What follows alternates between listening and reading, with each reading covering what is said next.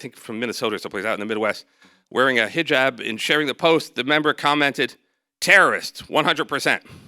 He then posted a Fox News article about another congressman saying, "My life would complete if they would die." Finally, he shared on his personal Facebook page an image of a doll with a black eye with the following text, "Sharia Barbie. Comes with a hijab, bruises, and Quran. Stoning accessories available for additional purchase." So this was on his personal Facebook page. So it's his personal page, and people, you do have First Amendment rights. But the Ethics Commission said that because of the disparaging posts to social media, it was conduct that undermined the public's trust in the board and compromised the board's ability to engage with the public. So that person was censured. So the theme of some of this is emails and social media. You have to be careful, okay?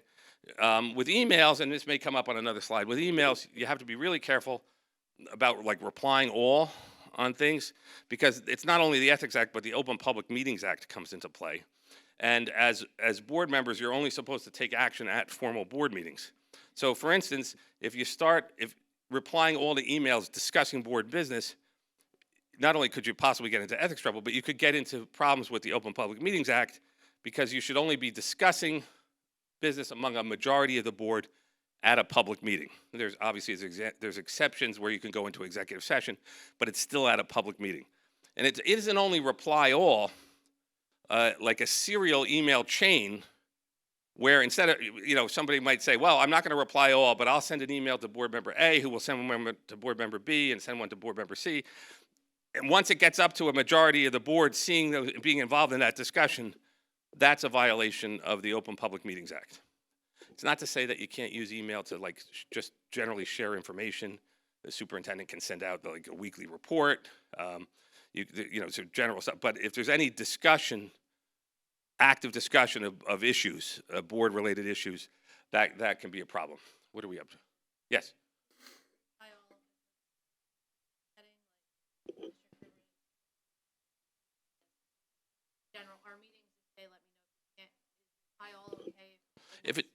Yes, if it's not a majority of the board, okay.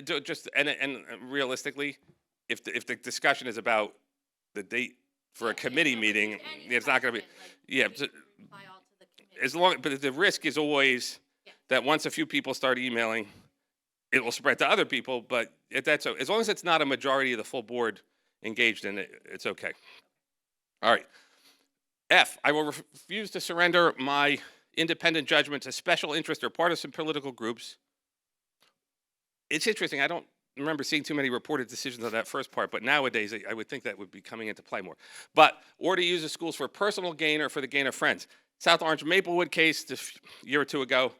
Board member, this was on the news everywhere. Board member got pulled over by police, and it's like on video.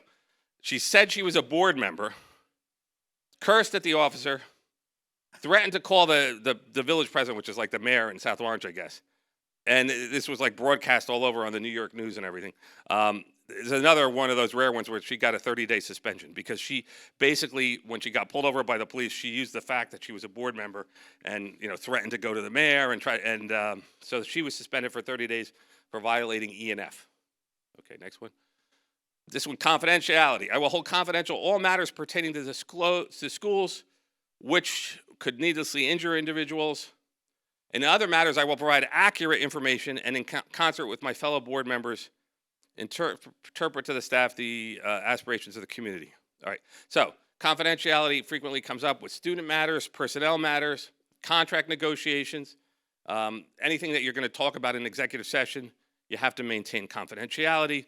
You can't reveal that information. A couple of cases, in New Jersey, do they call it Greenwich? Or is it Greenwich? I think it might be Greenwich. I think it is Greenwich. Yeah. Like in England, I think it's Greenwich, but in New Jersey, I think it's Greenwich. All right. Board member replied all to a confidential email from the board president. Bad enough, but they inadvertently included the parent, who was a teacher, or maybe it was the parent and the teacher, on his response.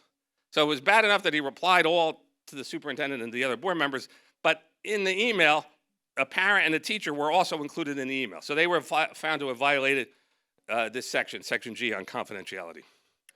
Case out of West Windsor, Plainsboro. A board member got a message from a parent and instead of forwarding it to the superintendent in the chain of command, forwarded it to his own family members. One of his family members then shared it with a whole bunch of other people and eventually reached the student who was the subject of the message.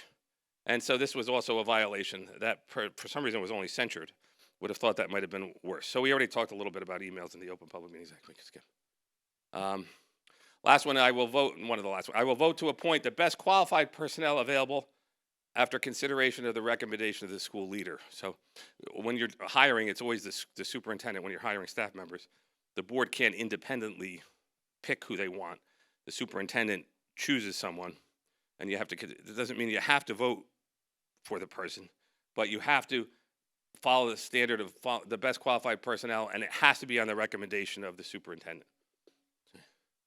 All right, I will support and protect school personnel in the proper performance of their duties. So this is one, I forget where this one was out of.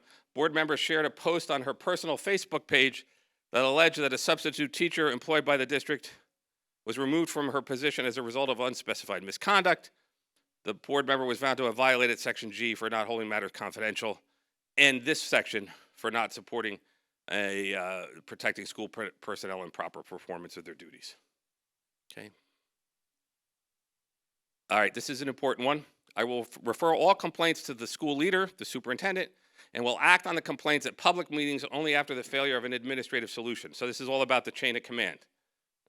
In that Delsey case we talked about before, the board member also took a parent complaint that he had received, instead of bringing it to the superintendent, went right to the principal. And so that was considered to have violated this section. All right, the board members, if you have issues that you receive, you should report it to the superintendent. There was a case out of Wantage. Board member went into the schools on his own. I remember this one. This was a while back. Board went into the schools on his own and basically did his own investigation. Took photos of open windows, maxi pads, I think that's supposed to be in a bathroom. And then went to reporters and gave them copies of the pictures. So instead of working through the administration on an issue and working with the board member took it on themselves to do an investigation and go to the press. And so that was found to be a violation. Okay. All right, so there was a case out of Randolph Township a couple of years ago. Board member wrote an op-ed endorsing candidates in the board election. The commission noted that board members do have First Amendment rights, and they've allowed endorsements, letters to the editors, but usually there should be disclaimers. Noted that since social media, there's been a lot of complaints. So they kind of tightened up the disclaimer. In this one, the board member accused a fellow board member who was a candidate of being a poor communicator, subject to outbursts of emotion and poor advance. So what the board member did is, instead of just endorsing the other people, they, in their communications on social media, said negative things about one of the board members that was running against them, that was on the board with them, right? Now, he did write a disclaimer.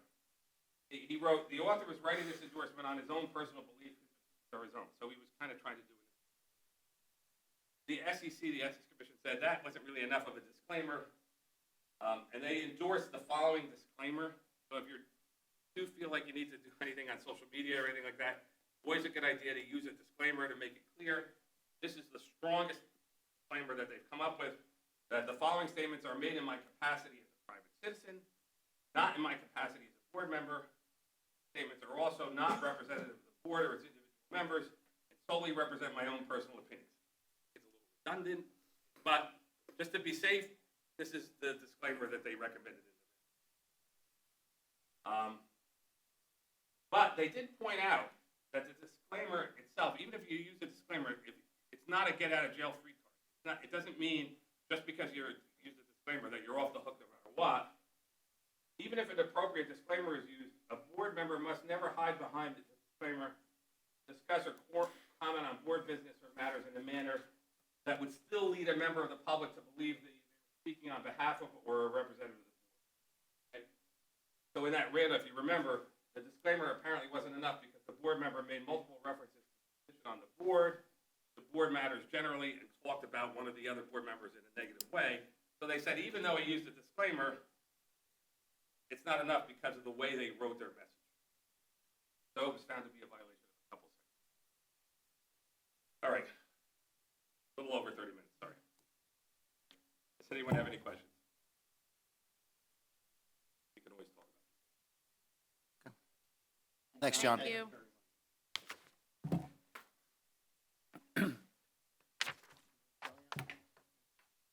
Quick, shall Her foot's asleep. It's the one in that big thing there.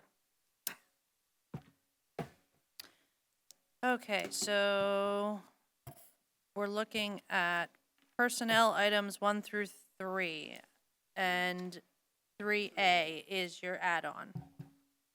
Okay, so I need a motion for personnel items 1 through 3. Motion. Second.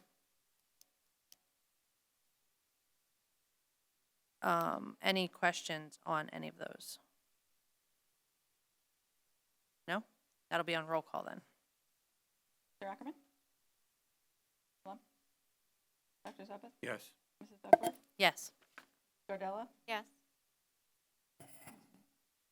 Mr. Ciccarelli? Yes. Mrs. Robotham? Yes. Mr. Scott? Yes. Mrs. Steffen? Yes. Mrs. Wenner? Yes. Mr. Wenner? Yes. Okay. On to education items 4 through 8, and there is one add-on on your add-on sheet.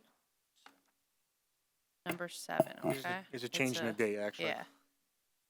Okay. And so can I have a motion for items 4 through 8? Motion. Second. Any questions? On number 7, on the original 7, we're approving workshops that already took place Yeah, it was a late addition. The information came out after the December meeting. after the last meeting. Yeah. And then consequently got snowed out.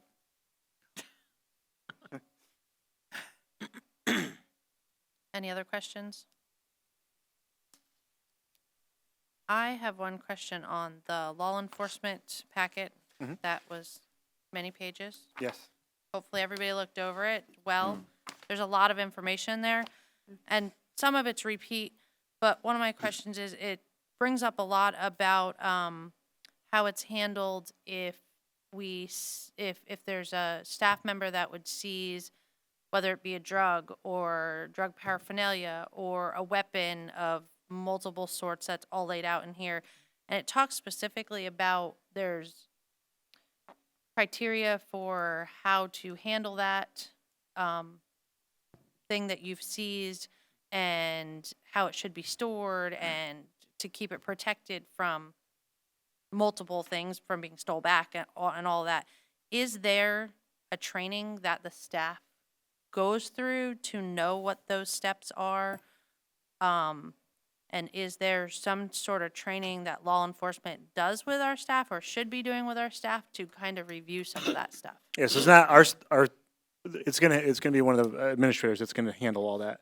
Okay. Teaching staff or paraprofessionals are not gonna be handling that. If there's a situation, it's gonna be addressed by an administrator. We do go through trainings. We also, because we're a small town, we're lucky enough to have the police local. Yeah, it's not gonna be hours or days It's till they get it. within minutes Yeah. that they're here. If not, we have officer on staff also, so it's not really, for us, it's not really a major issue. That was my only big question. Mhm. Any other questions? There really wasn't a whole lot of changes either in that memorandum. It's been pretty consistent for the last probably dozen or so years. Any other questions? Okay, and that's an all in favor. Aye. Aye. Any noes? Any abstentions? No. Okay. So that takes us to business items 9 through 13, and there is the addition, 13A, and it goes on to the back page too of that. Can I have a motion for business items 9 through 13? Motion. Second. Any questions? I don't think there's gonna be a lot of discussion on much tonight. No? Okay. I think everybody else. Yep. All in favor? Aye. Aye. Any noes? Any abstentions? No? Okay. So that brings us on to continuing business. Let me Right. jump in on that. I had spoken with Mrs. Duckworth after our curriculum meeting last week about my evaluation. We didn't really set goals this year like we would normally do in the fall. So I suggested maybe doing an 18-month goal, set something shortly, and then have a year till the end of next school year. I've talked to her previously about, in my contract it says that we have to agree upon the evaluation tool. And I no longer agree to use the school board's evaluation tool. I don't think it serves its purpose. One of the big issues is the ability to access all the documents and whether or not everybody does that in a timely fashion. So I'm going to sit with Melissa and hopefully Mary Ann and look at a couple of different examples that I think are probably better. Also gives the board more of an opportunity to, I want to say, like, just write a little bit more about the position itself. So we'll probably do that shortly, and then we'll present everything in March to everyone, and then set the goals, I think, if everybody's in agreement. Anybody who was in on the evaluation last year and did that, we talked a lot about it and about the access of being able to match everything up. And there was a lot of discussion where some people weren't happy because you can't just see, his documentation that's saying this is what we did for number 1 or number 2. And a lot of it crosses over and it gets really muddy. And when you go back to then and you're doing it now, we had a lot of discussion about how we would like to try and change things and do things on a more timely manner. So I'm hoping that this could be something that we could come up on. And it also addresses if there's 5 goals he has or 3 goals he has, it doesn't address the new things that have come up during the year. There's nothing on the school boards to address. This thing came up and this is something he did really good or really poorly. It doesn't give us that flexibility. So I'm hoping that it might be something, to look into, and we can always try it. And if this was a disaster, we can go back to something different. But I think we need to mix it up because it's not giving us enough voice, and it's not giving him anything for what's happening between A and D. There's no room for in between. So that's what we want to look at. One of the other things that I find frustrating with that is that anytime there's documentation, you have to request permission. Yes. And you're doing the report, and you say, okay, well, the superintendent's at a seminar, he's somewhere else, it'll be a couple days before you get permission to look at it. It's like, well, how do I evaluate? This has to be done this week, and I don't have permission for it. So if we can get a plan, a program that eliminates that, so we can just access everything without that permission. Yeah, I agree. It's also a safety measure for me, so I know who reads it. So when my evaluation is done by 8 people and only 1 person has read the documentation, I know it's not a fair evaluation. It was all really not, and I spend hours putting that stuff together. So I can basically tell you who looked at my stuff last year and who didn't. So I think that's another reason to eliminate that part of it. And I know you do because you certainly email me constantly about it. Okay, any other continuing business or questions on that? Anything? No? Okay, so new business. I know, Bob, you wanted to talk about what you had learned at the convention this year. Did you want to share that now? Okay, next meeting? Okay. Okay. Thanks, Bob. So we will put that, I wanted to give you the option. I didn't want to be like, no, okay? Yes. So we'll look at doing that for the next meeting, hopefully. So he's going to share what he learned at the school board meeting, and anybody who's taken any of the training classes, whether it be in person, online, if you want to share stuff you've learned, please do, okay? Because I know we don't all have time to do it all. So anytime you want to do that, send us a thing, we'll try and get you in. Okay? Any other new business? We should probably introduce our Yes. new That's great. Let's do it. So for those of you that didn't get to meet Mrs. Robotham, she is our new Harmony Board representative. She also was the lucky winner of the presidency of the Harmony Board of Education at our reorganization meeting. She has one student that graduated, one student currently in the high school, and still we got a couple more coming. So she's been part of the high school community for quite some time. So officially welcome aboard. Welcome. Chris, I think since she's new, it's her job to bring snacks next meeting. Yes. Coffee. I didn't know these meetings went this late. They usually don't. We don't, we try They not usually to. don't. I tried to be quick. Yes, no, you did good. Any other new business? No? Okay, so we are on to public participation. Any public participation out there? No? Okay, so can I have a motion to adjourn? Motion. Second. Done. All in favor? Aye. Okay. Good night, everybody.